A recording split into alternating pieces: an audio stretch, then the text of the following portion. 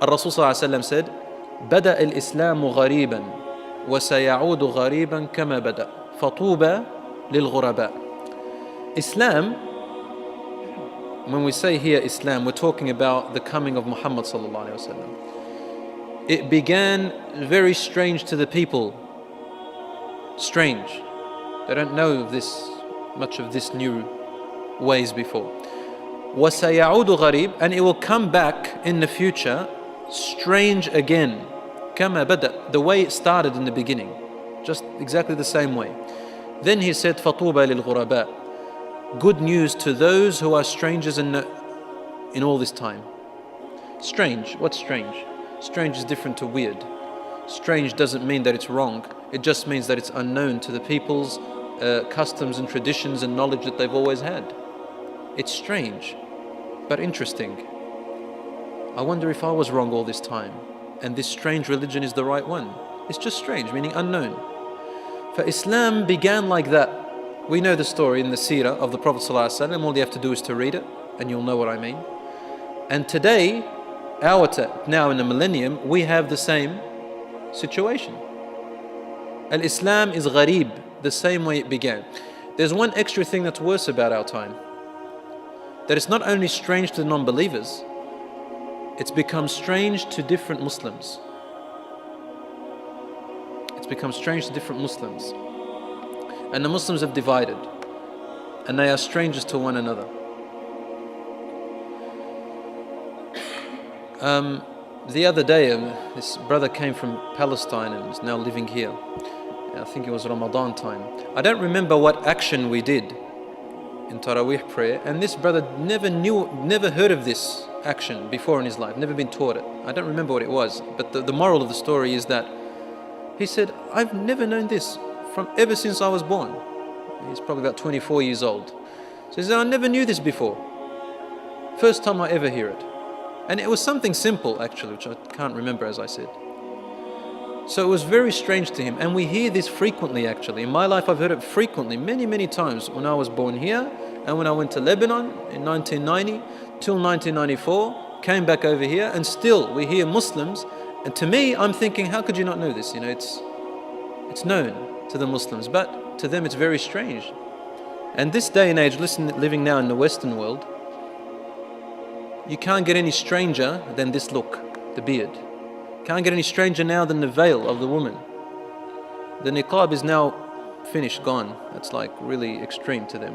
The beard is now second, and the practices that we do, praying, is strange. Holding on to your 5 daily prayers is strange even to some Muslims. And weird. What's this new religion, they say? And what was already dealt with a long time ago, because values change today, now everybody is re-exploring Islam 14 centuries ago and saying, look at that. Look how bad this religion is. After they've changed the values today. You can't do that. You change the values and you say, look how wrong this religion is. You just made up something, and now you want to make the religion look like it's wrong and strange and weird. So the religion has started again strange as it was before. And the Rasul ﷺ told us, you will have 4 transitions. From a proper khilafah on the Quran and Sunnah of the Prophet ﷺ. Then it will become a distorted one, Muslims fighting each other. Then it will become a mulkan jabriyan, which is a dictatoriate kind of leadership of khilafah. And then, which is now, there's lots of dictatorships in a lot of the Muslim countries, a lot of the Muslim worlds. And if a person just speaks of Islam in some places, he's imprisoned immediately, called a terrorist and called an extremist and so on and so forth. Then he said, ثُمَّ تَعُودُ الْخِلَافَةَ عَلَى مِنْهَاجِ النُّبُوَّةِ. Khilafah will return back, leadership of the Muslims, to the way the Prophet ﷺ began it. And that is yet to happen. That is yet to happen. The last Khilafah we had was the Ottoman Empire. So this is another sign that is inevitably coming. But the thing is, the Muslims will return, the nation of Islam in its proper teaching, its proper form, as it began, will come back and will fill the world with peace and justice, just as it was filled with injustice and tyranny. And that's the time of Al-Mahdi.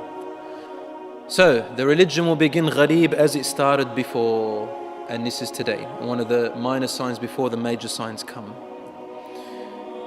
As time passes, my dear brothers and sisters, after these minor signs develop, plots and plans will be carried out by enemies of this religion, outside of it and within it.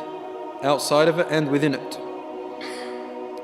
And this is among the greatest minor signs that you can look at, because Rasul said, "Oh my Lord, don't destroy my ummah with a common plague that destroys them all. Don't do that." And Allah said, you have that dua accepted. I will never destroy your ummah with a plague. He said, "Oh Allah, do not let an enemy from outside of them to take control of them." And Allah said, "You have that." So why do we have today the enemy from outside controlling the Muslims and putting them down? Because Allah did not give the Prophet ﷺ the third dua, which was, except if they fight each other within, I will not protect them from that. I've given them my guidance, it's up to them to follow it. And then Allah then sent the ayah down saying, إِنَّ اللَّهَ لَا يُغَيِّرُ مَا بِقَوْمٍ حَتَّى يُغَيِّرُ مَا بِأَنفُسِهِمْ. Allah will not change the state of a people until they change their own state first. So when we changed our state, the outside enemy took control of us. That's what's happened today. And this is among the greater minor signs as well. We mentioned the hadith last week. The nations of the world will gather against you. Rasul ﷺ named 80 nations. The 80 nations are going to come up very soon. I'm going to explain it. But right now, this word, as the Prophet ﷺ said, takalub. He said tatakalab or tatada'a. Tatada'a means they invite one another, like tatakalab, like beasts calling each other and becoming wild over you. And today they are wild, and in many places in the world over the Muslims. You just don't hear much about it in the media anymore. This is our state. And you know that soon something's going to happen. Allah subhanahu wa ta'ala only knows when this is going to happen. I want to stop here for a minute, brothers and sisters, and just analyze something with you together. We hear of all these different ideologies that are coming up now. Atheism, Satanism, there used to be capitalism and communism and all of those. Fascism, socialism, all these different isms that are coming up. They're all religions. They're all religions. What I mean by religion is the word deen in Arabic means way of life. They're all ways. Anything you hold on to it as a system in your life, it's most put it in priority, is your religion. That's your deen. A lot of them of the past showed up and they faded away. They went. Like communism's dying out, fascism's dying out. A bit of nationalism is going away. Capitalism is still here now with us. Atheism is quite new. And there's many others that are coming up. And these are all, to me, wallahi, are just temporary. They're all going to die out. There's no power for them that really holds them. You will see that really the power that is really happening, the ones who really have authority, are actually the two major religions, which are Christianity and Judaism. Because if you look at any of them, any of these movements, behind them, the authority, the power, represent these religions. And then you have Islam. These three major religions, brothers and sisters, are still there. And they've always been there. And their authority, the power on top of them, represent those religions.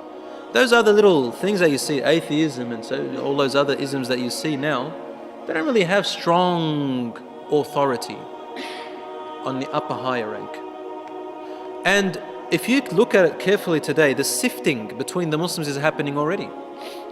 The hypocrites, the half-Muslims, the Muslims who make up their religion as they please, the so-called moderate Muslims of today, and you even find people who are representing Islam in a high ranks in this new meaning of moderate Muslim. There's a new word now, a new terminology for moderate Muslim, and there are a lot of Muslims who are going within that wave at the moment. You can see it, especially among the teenagers. Especially among the teenagers. If I want to win the battle, I don't fight you. I'll just take your children and get them to my way.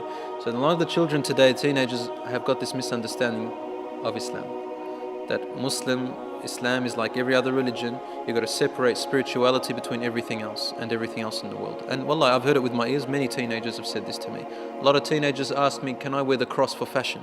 It's because it's good looks. And they're getting them really involved in this materialism. It's a very materialistic world. You get involved a lot into the materialistic world. Why the materialism? Because it's the best method of keeping your mind distracted away from God. It's the best method. Because the opposite, the opposing enemy of our deen is materialism. Once it's of any proper deen was materialism. This is what made the Jews lose their way, what made the Christians lose their way, and this is what it's making a lot of Muslims lose their way. Materialism. That's what we're in today, really. It's a war of ideology, and the obstacle or distraction is materialism.